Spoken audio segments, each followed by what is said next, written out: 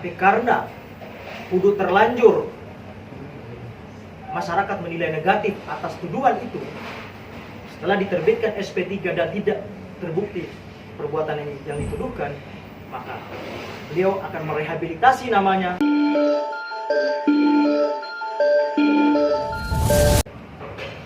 Ya, Assalamualaikum warahmatullahi wabarakatuh, teman-teman semua. Assalamualaikum.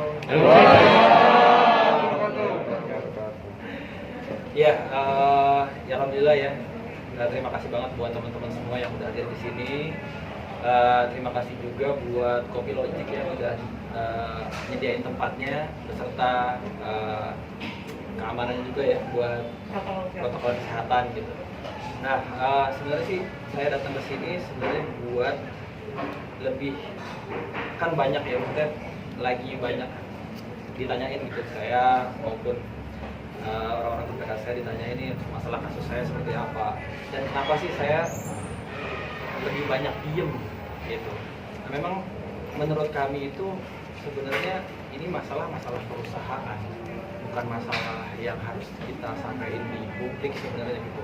Yang memang harus bisa diselesaikan dengan cara perusahaan di perusahaan gitu.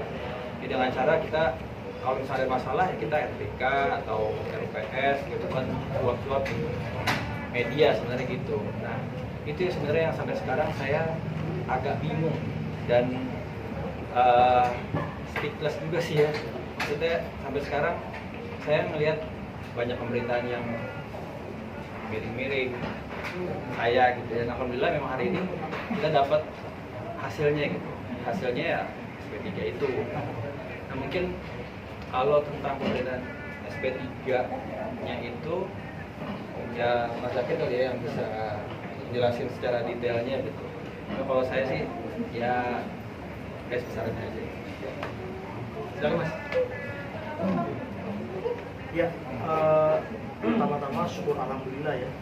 Intinya dari rangkaian panjang perjalanan perkara Mas Irwan sampai pada akhirnya di tanggal 10 Agustus kemarin Polrestabes Bandung sudah memberikan kami surat perintah penghentian penyidikan. Artinya SP3 ini adalah bukti bahwa perkara yang dituduhkan kepada Mas Irwan selama ini itulah tidaklah benar. Itu kurang lebih. Kemudian perlu dipahami bahwa SP3 ini itu diatur dalam pasal 109 ayat 2 KUHP. Di situ ada 3 alasan mengapa sampai SP3 itu diterbitkan. Yang pertama, tidak terdapat cukup bukti.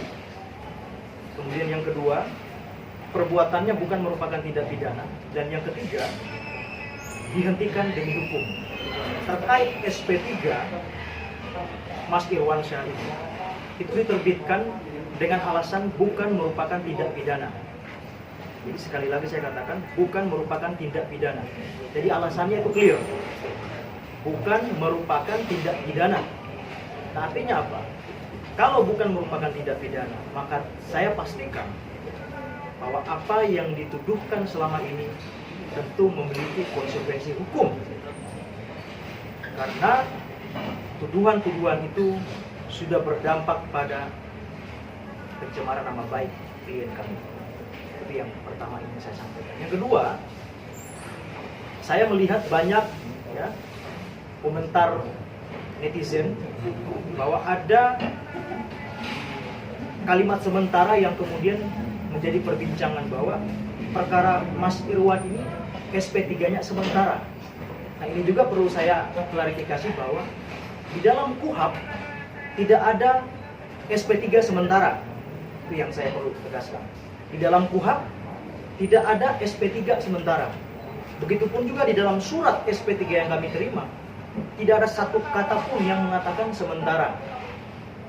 Nah sehingga kalau kemudian ada bahasa yang kemudian ramai soal SP3 ini sementara, maka saya berharap kepada teman-teman media mungkin kiranya bisa di cross check kepada pihak yang mengeluarkan SP3 ini supaya tidak ada kesimpang siuran informasi.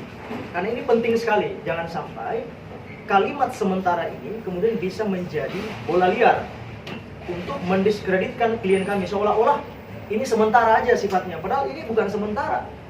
Ini jelas SP3-nya dikeluarkan karena perbuatan Mas Irwan atau yang dituduhkan oleh pelapor dalam hal ini Medina Zaid bukan merupakan tindak pidana. Jadi saya kira sudah clear di situ. Nah, sehingga seperti yang saya katakan tadi bahwa akan ada konsekuensi hukum yang kemudian muncul setelah SP3 ini terbit. Apa konsekuensi hukum itu? Yaitu klien kami sebagai warga negara yang baik tentu punya hak yang sama di hadapan hukum. Yaitu beliau-beliau punya harkat dan martabat, punya kehormatan diri. Saya pastikan bahwa akan ada laporan balik.